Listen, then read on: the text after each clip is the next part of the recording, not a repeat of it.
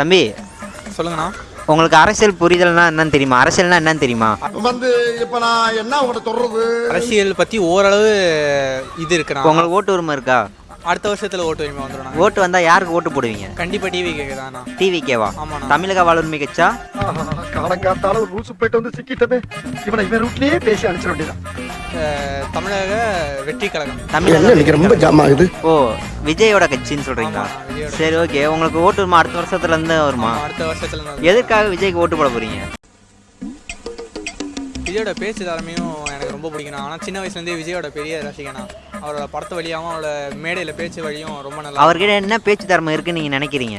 மக்களை ஈர்க்கிற விதத்தில் பேசுகிறாருண்ணா. அவர் முன்ன ஈர்த்துட்டாரு மக்களை, கொஞ்சம் சொல்லுங்க. தான் என்ன பண்ணுறோன்றதை சொல்கிறாரு. இப்போ ஏடிஎம்கே டிஎம்கே மாதிரியோ அதை எழுதி வச்சு தானே பண்றாரு. நான் செவனே நல்லா போய்க்கிருந்தேன். யாரு வம்பு தும்பு காய்ச்சி போனா